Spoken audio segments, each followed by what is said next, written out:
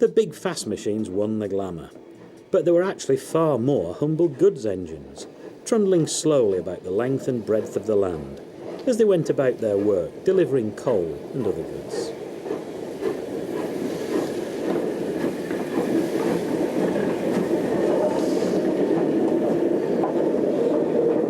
There were nearly 200 J36s, built in the 1890s for work in eastern Scotland, where some could still be found as late as 1965. There are 3 pairs of quite small driving wheels, coupled together for power, but without bogies. All the weight is available for traction, and speed is not an issue. And, this being Scotland, there's a rather better covered cab than on many engines of the same period.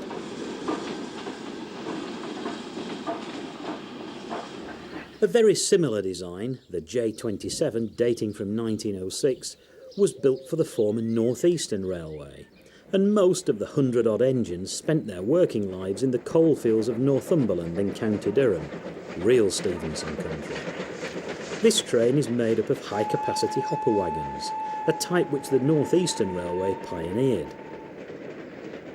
Built in 1923, this engine is the last of its class, and it survived until 1966. It was bought privately before moving to the North Yorkshire Moors Railway.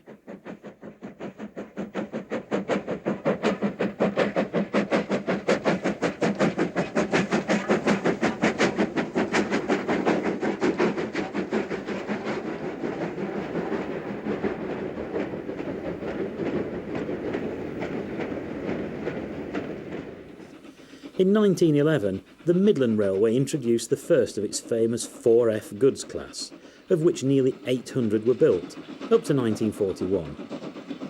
Absorbed by the London Midland and Scottish Railway, the Midland had a huge geographical spread, and so did the 4Fs, working everywhere from Somerset in the south to Peterborough in the east, and right up through the north to Scotland and the Highlands.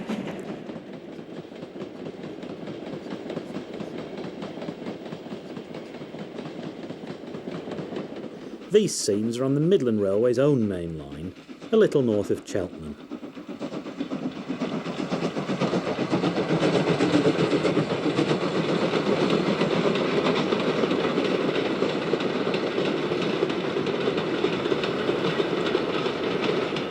Here's one at the edge of the Empire, at Radstock, south of Bath on the old Somerset and Dorset line. At this time, around 1960, coal was still being mined.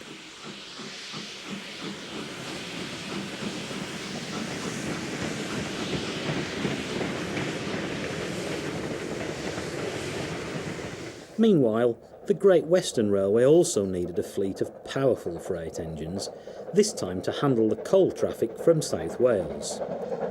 Famous locomotive engineer George Jackson Churchward introduced the 2800 class in 1903.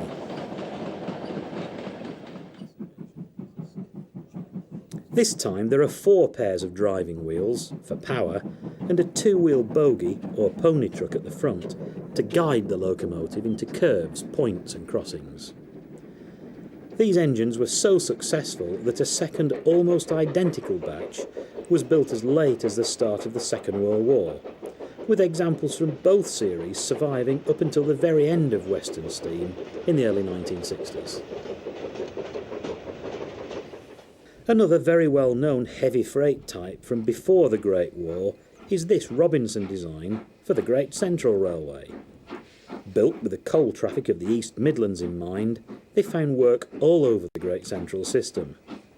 Strong, simple and reliable, they were chosen as the standard freight engine for the army in France in the Great War, not least because Sir Sam Fay, the Great Central's general manager, was also Director of Movements at the War Office.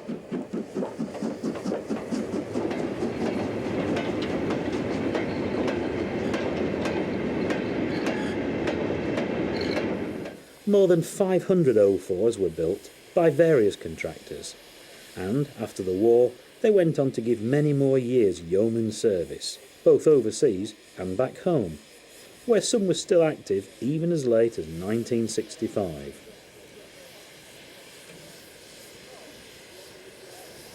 63601 is the sole survivor in the UK, and it returned to steam on the Great Central Railway after a successful appeal for funds was organised by Steam Railway magazine.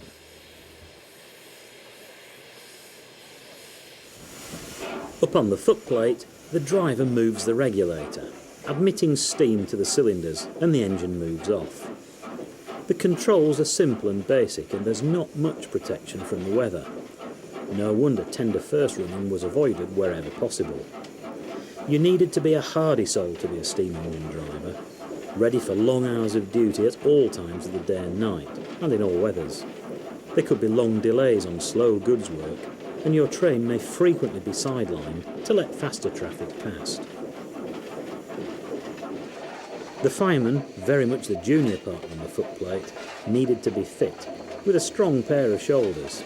On a long journey he'd shovel several tons of coal into the firebox, and little and often was usually the motto.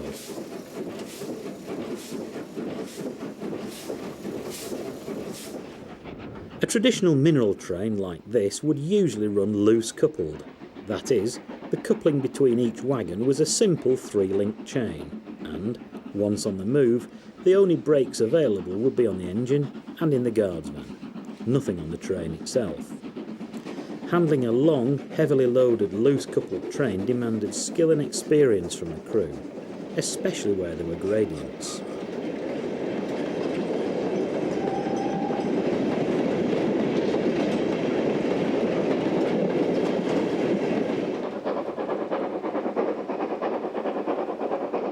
That distinctive 3-cylinder beat is the sound of another heavy freight engine.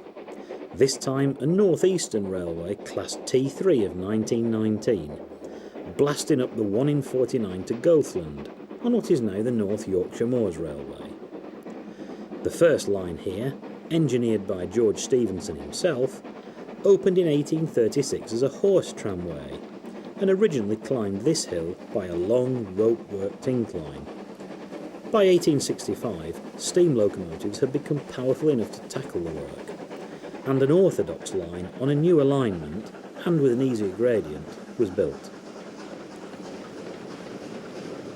The line was closed as part of the national network in 1965, but was reopened by preservationists just 8 years later. The T3s spent all their lives on mineral trains in County Durham, so this sole survivor, withdrawn in 1963, hasn't strayed far.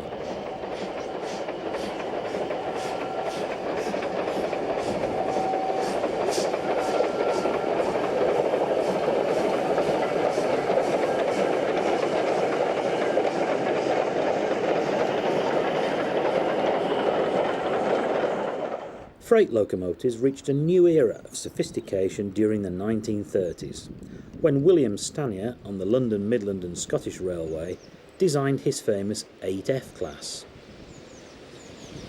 Stanier's task was to produce a locomotive to be built in large numbers to replace a very mixed fleet of obsolete non-standard designs, and in this the 8F succeeded magnificently. At the start of the Second World War, Stanier's 8F was chosen as the standard freight engine for War Department use, just as Robinson's Great Central design had been chosen 25 years earlier. The intention was to move a large number across the Channel early in the war, but the Allied retreat to Dunkirk prevented this.